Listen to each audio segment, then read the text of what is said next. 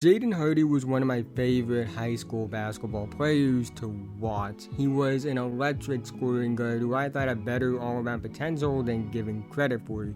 He was the number 2 recruit in his high school class, according to ESPN, ahead of future number 1 overall pick Paolo Banchero, and he was projected to be a top 5 pick in the 2022 NBA draft going into the season. Instead of going to college, he chose to join the G League Ignite program to focus on developing his game, and if he had a really good year with Ignite, he could have made a push for the number 1 overall pick. However, Hardy had his ups and downs in the G League, which dropped his draft stock to a point where I would say it was kind of unfair how far his stock fell because of what happened with Ignite, because I don't think it was nearly as bad as what some people were making it out to be.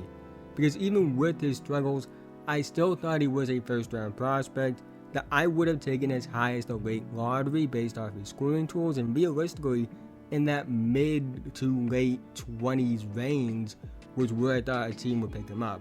I thought it was an absolute steal at the 37th overall pick to the Sacramento Kings before being traded to the Dallas Mavericks. Hardy hasn't gotten the most consistent minutes to say the least, but he has shown the flashes of the player I saw in high school, and long term, I think he'll be a really good player.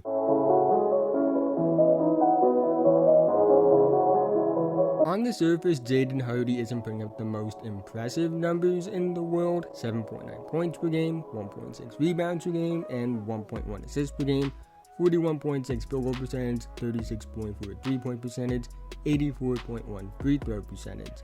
However, considering he's playing just 13.8 minutes per game and doesn't have a consistent spot in a rotation on a team with legit playoff aspirations, I do think this is pretty good for a second round pick under this context. However, I have been even more encouraged by his progression in the G League because Dallas has sent him down to the G League in order to get more opportunity. During his time with G League Ignite, he was not efficient at all. He averaged just 17.7 points per game, which actually isn't that bad. I would say it's actually pretty good for someone who made a jump from playing against high school players to playing against pro competition, where these guys have played in NBA games or other pro leagues or high-level college guys at one point.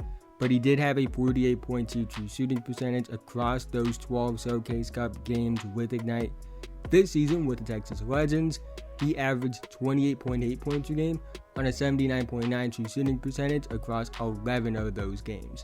I bring this up because I am very encouraged by the improvement with production and efficiency while being in the same role.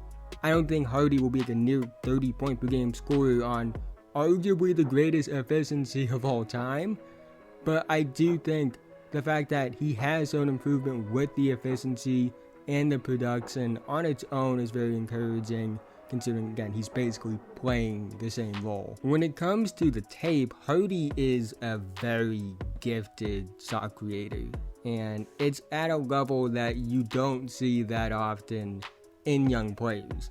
He's very comfortable taking shots at tough angles.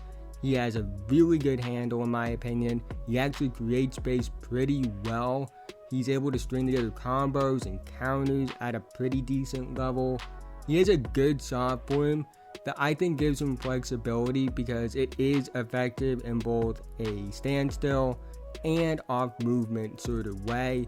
He's somebody that I think has a really good pull-up game, has a good step back. He can hit mid-range shots and 3-point shots.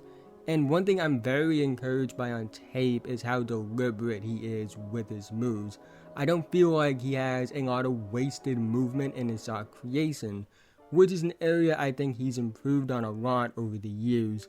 Given that he plays on a team with Luka, he won't be asked to be a shot creator a lot, especially if he ends up being a long-term starter.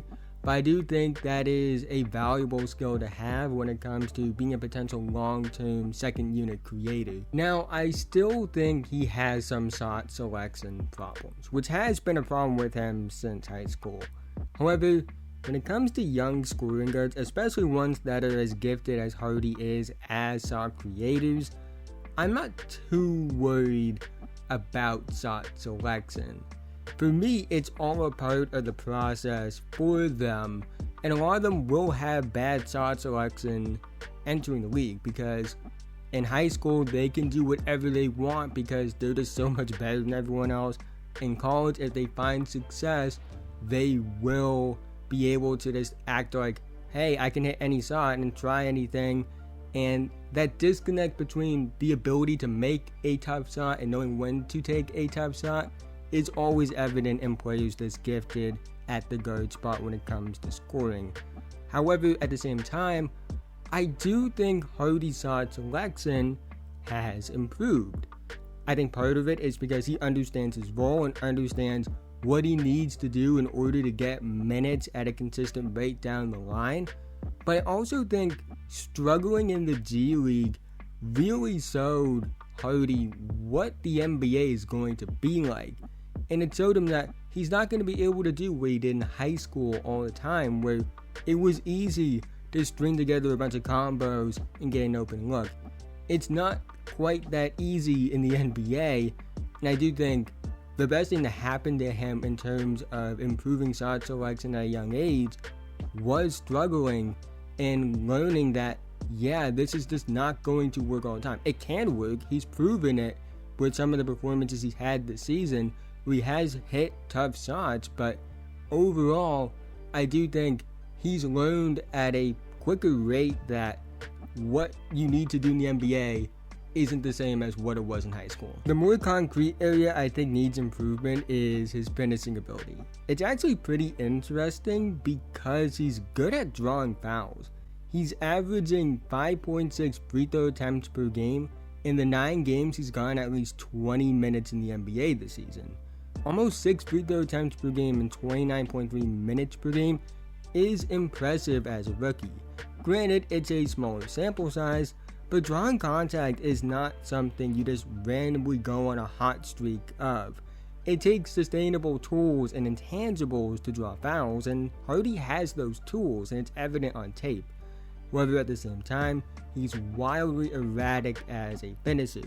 I do think part of this is the fact that when he drives, he's looking to draw a foul instead of trying to finish. Because it's not like his touch is bad. I would say he actually has pretty good touch around the basket. That's far from the biggest issue with his finishing. I think getting stronger is going to be important for him to improve as a finisher, especially for someone that can draw fouls the way he does at a young age. And I also think just focusing on trying to finish instead of drawing a foul will help out a lot. It's not like he doesn't show flashes of being a good finisher. Again, he has good touch around the basket. I actually think, for the most part, it's not like he has trouble getting to the basket, but the strength and sort of the feel to know when to try and draw a foul and when to just try and finish is 2 big things needs to work on right now, and it's very much still a work in progress. Hardy has 2 big swing factors for his offense, in my opinion, and the first one is his off-ball offense. He did struggle with this during his time with Ignite. It's natural because it is a tough adjustment. He had to adjust from an on-ball heliocentric role in high school to a more balanced off-ball role with Ignite. But I have seen improvement and encouraging signs this season with the Mavericks. He seems way more comfortable taking off-ball shots, and I do believe the reps with Ignite have helped him. He's not perfect and still needs to work in this area, but with Ignite, he hesitated whenever he caught the basketball in an off-ball scoring scenario, where now in the NBA, it's not happening as much. He's much more consistent with just catching and firing than he was with Ignite, where at the time I thought it was a real problem, but now he seems to have improved. I would like to see continued progression in this area, but the signs right now are very encouraging. The other big swing factor for his offense is his passing. I never viewed Hardy as someone that I would say is a bad passer. I just think he's wired to score, and he has tunnel vision problems, which is common in young players that have scoring gifts like this. He hasn't been asked to be a passer without. Makes sense. He's playing with Luka Doncic. He's playing with Kyrie Irving. Before they had Kyrie, Spencer Dinwiddie was basically the secondary playmaker. And he is somebody that was just put in a spot where he was just asked to be like a scorer, either in on-ball and off-ball situations. He never was really asked to be a big-time passer, per se. But I do think he can be a solid passer long-term. I think he has solid vision. I think he actually reads help defense pretty well. In fact, I would go as far to say that's one of his biggest strengths dating back to his high school days. I don't think he'll ever be a big-time heliocentric playmaker like a Luka or a Harden. If he had that kind of potential, he wouldn't have fallen to the second round. In fact, I would go as far to say if he had heliocentric playmaking potential, he wouldn't have fallen past pick 3 in that class. And I do think he still needs work as a passer, but the flashes of being a solid to good one have always been there. And I do think he does have the tools to be a complimentary playmaker and somebody that can do some P&O stuff, maybe not full time, but is capable of it and pass in the connecting role. However, whether he becomes that or not is something only time will tell. Jaden Hardy is a player I think has the tools to be a very good player for a very long time in the NBA. He may not be the Harden, Booker, Beal level guy people thought he would be coming out of high school, but that doesn't mean he can't be a good player. He's shown an ability to get 20 plus points in an NBA game as a rookie.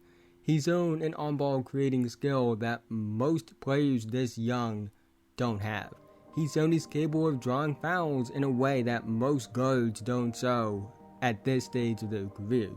He's shown he has improved in some key areas of his game that were question marks going into the draft, even if they still need work. I think Hardy at his best can be a good starting guard in the NBA or the best sixth man in the league. I don't think there's much difference between those two things.